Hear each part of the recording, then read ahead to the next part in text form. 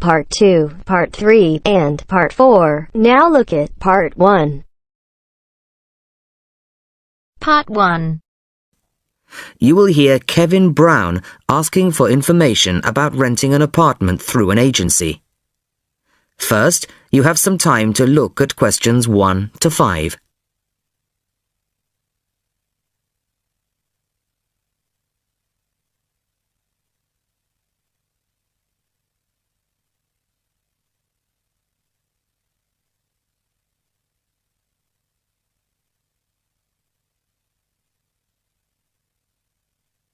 Now the test will begin. You should answer the questions as you listen, as you will not hear the recording a second time. Listen carefully to the first part of the conversation and answer questions 1 to 5. Good afternoon. How can I help you? Hello, my name's Kevin Brown. I saw your advertisement in today's local paper, apartments to let in all areas of the city. Yes, Mr. Brown. We currently have several properties available. What part of the city were you thinking of? Well, city centre ideally. Okay. And what price range are you interested in? I don't really know. What have you got? Well, prices start at £400 a month, going up to £1,000 a month. Okay. And what's the difference? What does the price depend on? Well, the number of bedrooms mainly. Uh-huh. The cheaper apartments have 1 bedroom, while the most expensive have 3 or 4 bedrooms. Okay, 2 bedrooms would be nice. So I'll say 2 bedrooms up to $600 a month. Mm-hmm. Do you have anything like that? Right, sir, we have... just give me a moment, please. We have 2 properties that might interest you. One is in North Street. It's a very nice apartment, but it's £750 a month. But that includes a private parking space. $750. That's a bit higher than I'd like to go, really. Do you have anything less expensive? Yes. We have another one at £625 a month. $625? Mm-hmm. All right, that sounds interesting. Where is it? It's in Cornell Road, at number 12B. I don't know that. How do you spell it? It's Cornell. It's near the park. I've never heard of it, but I'm sure I'll be able to find it on a map. Before you hear the rest of the conversation, you have some time to look at questions 6 to 10.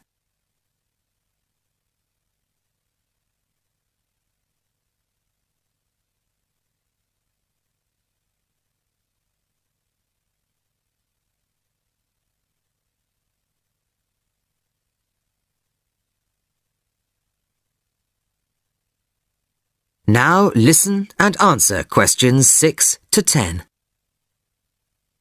So, would you like to see the apartment, sir? Yes, I would. I'd like to rent somewhere fairly soon. Would tomorrow be possible? Sorry, I'm afraid nobody is available all day tomorrow. It's quite a busy time of year for us. I see. But if you're free later today, you could see it at 5:15. Sure, no problem. I could manage that. OK, so that'll be 5:15 with my colleague Jason. He'll meet you at the apartment. That's fine. And one more thing. What do I need to provide to rent an apartment with you? What documents, that kind of thing? Yes, of course. Do you have a job? Yes, I work in a travel agency. Well, a reference letter from your employer, saying you work for them, and a deposit, which is 1 month's rent plus a fee of £60. What's that for? It's an administration fee to cover the cost of preparing the contract. Okay. And one last thing. When would this apartment be available? It's empty now, so you could move in as soon as the contract was signed. That's great. Thanks very much indeed. Bye. Goodbye, Mr. Brown.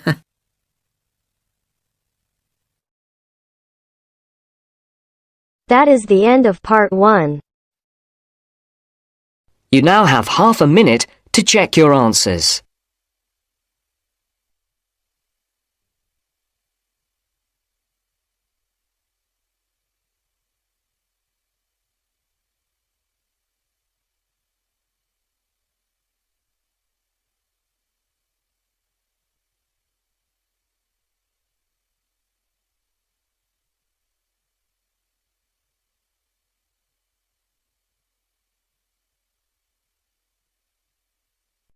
Now turns to Part 2. Part 2. You will hear a conversation between a senior librarian and a woman interested in working at the library. First, you have some time to look at questions 11 to 17.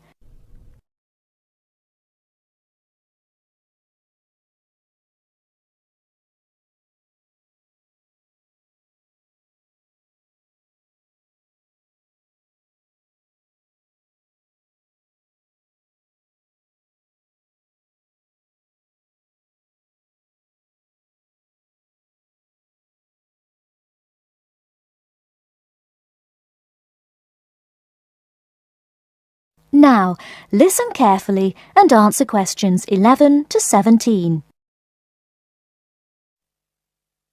I'm interested in doing some work for the library. Are you the person to speak to? Yes. Right. Well, what sort of work are you interested in? Well, I've just come to live here in Australia. I don't want a full-time job until my children have settled down, but I really need to get out of the house a bit. And I heard you need voluntary workers for various projects. Right. But I don't know if I have the right skills. Well, we do provide training. Oh! We always include an orientation to the library, together with emergency procedures. That's fire regulations, emergency exits, first aid so you can cope with accidents or sudden illness. Things like that which are necessary for anyone who's working with the public. Then we give specialist training for particular projects, like using our database system. I do have quite good computer skills, in fact. Oh, great. Is there any sort of dress requirement? Well, all staff have to wear a name badge, so they can be identified if they go outside the staff-only areas. But apart from that, there aren't many regulations. We ask you to sign in and sign out for insurance purposes, but that's all. How about transport? Do you live locally? Well, not too far away. I'm at Paupers Beach.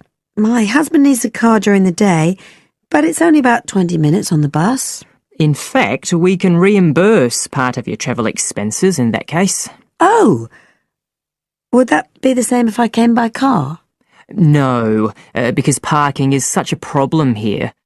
One thing we are looking for, though, is someone who can drive a minibus. No problem. So, do the projects involve going outside the library? Some, yes, but not all. We've just finished one which involved working with photographs taken of the area 50 or 100 years ago. It basically involved what we call encapsulation. Putting them in some sort of covers to keep them safe? Exactly. It's time-consuming work, and we were very grateful to have help with it. Then, sometime next year, we're hoping to begin working on an initiative involving the sorting and labelling of objects relating to local history. We'll be needing help with the cataloguing. Well, I'd definitely be interested. How about at present? Well, we have a small team who work to support those who are unable to read. Working with the blind? Yes, or other groups who have reading difficulties. We provide volunteers with equipment so that they can take books home with them and read them aloud onto CDs. We're gradually building up a collection that can be lent to those who need them. I can see it would be useful, but I'd really like to do some sort of work where I can get the chance to meet people. How about reading stories to children? That's done by our regular staff. But we do have another project. It's a very long-established scheme which involves helping those who are unable to have direct access to the library. Oh, I noticed someone with a trolley of books when I was at the hospital last week. That sort of thing. That would have been one of ours, yes. It's one of our most popular services. Lots of people who wouldn't dream of going to the library normally when they're at home borrow a book when the trolley comes round the ward. I can imagine. Yes, I'd definitely be interested in that. Right, so how do I enrol? Well, we do ask all volunteers to commit themselves to a regular period each week. I could probably do 5 or 6 hours. Oh, be careful not to take on too much. But we do need someone for a couple of afternoons, from 2 to 4, so 4 hours altogether. That sounds fine.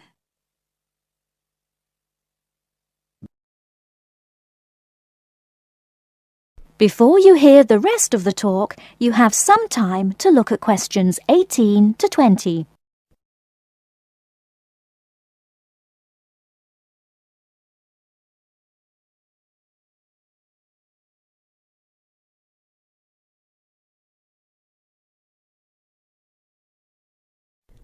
Now listen and answer questions 18 to 20.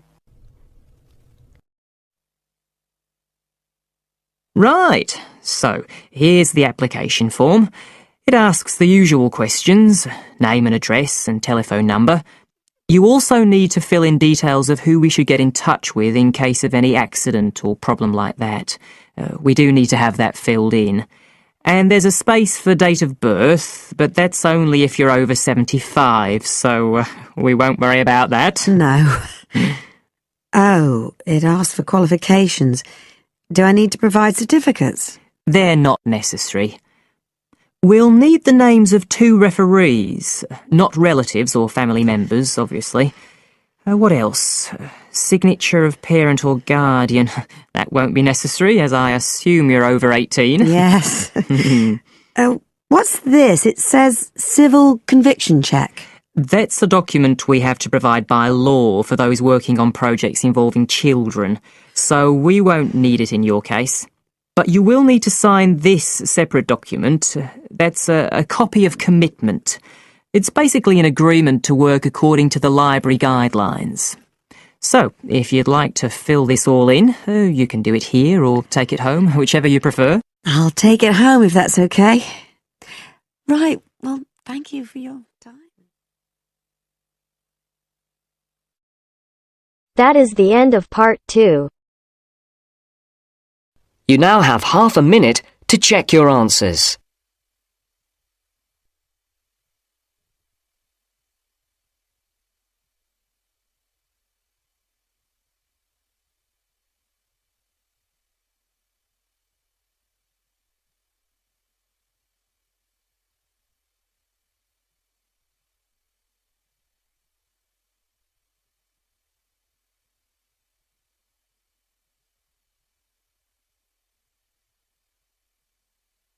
Now turns to part 3. Part 3. John has applied to train as a teacher and is being interviewed. In this stage of the interview, the interviewer will discuss John's previous studies and work experiences. First, you have some time to look at questions 21 to 25.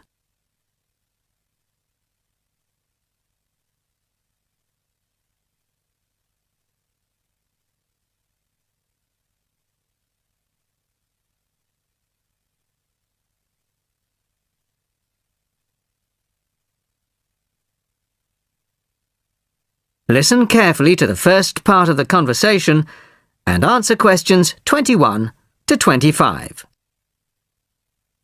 Hello, come in and take a seat.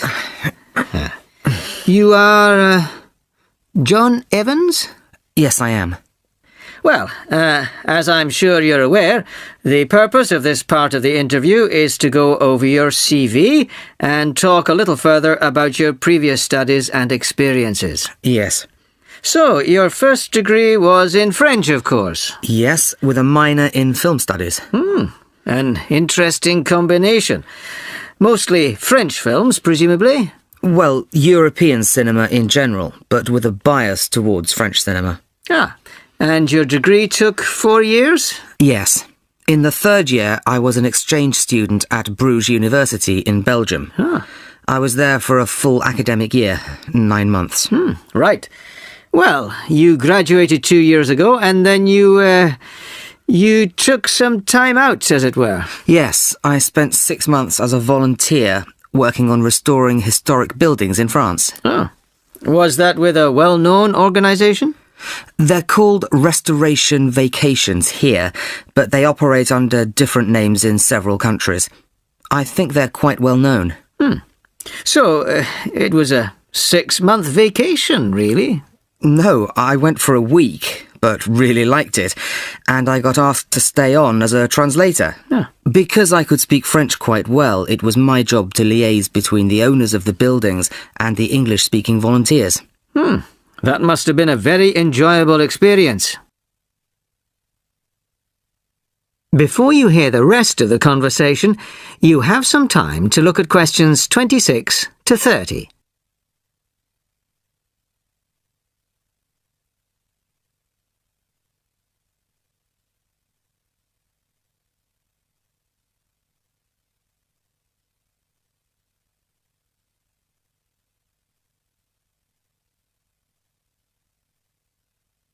Now listen and answer questions 26 to 30. Well, it was certainly a very enjoyable experience to begin with, but after the first 3 months or so, I actually got a bit bored. I was talking about the same things every day. Bricks, cement, window frames, that kind of thing. It wasn't really stretching my French. Also, I wasn't getting paid, just free accommodation and food, plus some pocket money. I see. So then you started working for a bank in Paris. BCFC, I think. Yes. Were you doing entirely translating again? Well, translating was the major part of it, mostly from English into French this time. Official documents, letters, that kind of thing. Much more challenging. But I was also in charge of coordinating the translation work going on in the bank's offices in Switzerland, Belgium, and other parts of France. What did that involve? It was simple, really. I just had to keep track of what had been translated in each office, to save wasting time having the same document translated twice in different offices. So, you stayed there for a year and a half, and then you left. Why was that? Simple, to apply for this course. I see. Why give up a secure job in Paris to train as a teacher here? I've always imagined that I'd be a teacher, really.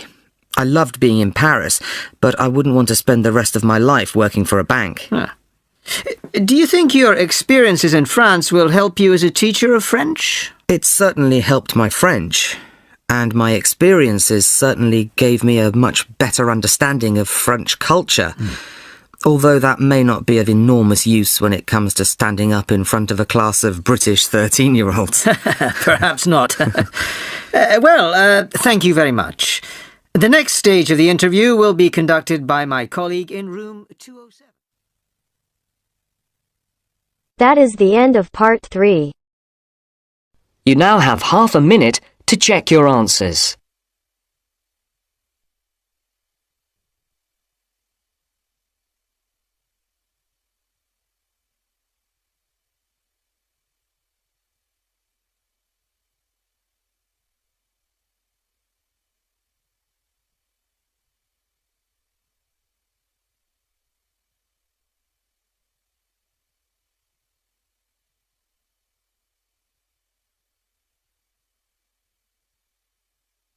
Now turns to part 4.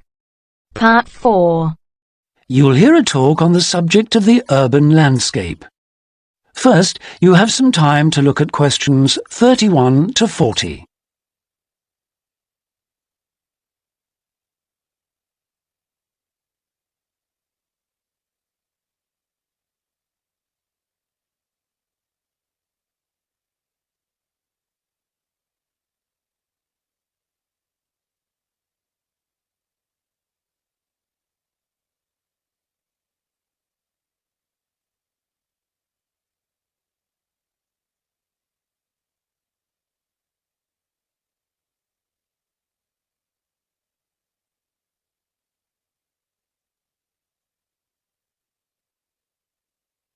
Now listen carefully and answer questions 31 to 40. Good day, ladies and gentlemen. I have been asked today to talk to you about the urban landscape. There are two major areas that I will focus on in my talk: how vegetation can have a significant effect on urban climate, and how we can better plan our cities using trees to provide a more comfortable environment for us to live in. Trees can have a significant impact on our cities. They can make a city as a whole a bit less windy, or a bit more windy if that's what you want. They can make it a bit cooler if it's a hot summer day in an Australian city, or they can make it a bit more humid if it's a dry inland city. On the local scale, that is in particular areas within the city, trees can make the local area more shady, cooler, more humid and much less windy. In fact, trees, and planting of various kinds, can be used to make city streets actually less dangerous in particular areas. How do trees do all that, you ask? Well, the main difference between a tree and a building is a tree has got an internal mechanism to keep the temperature regulated. It evaporates water through its leaves, and that means that the temperature of the leaves is never very far from our own body temperature. The temperature of a building surface on a hot sunny day can easily be 20 degrees more than our temperature. Trees, on the other hand, remain cooler than buildings because they sweat. This means that they can humidify the air and cool it, a property which can be exploited to improve the local climate.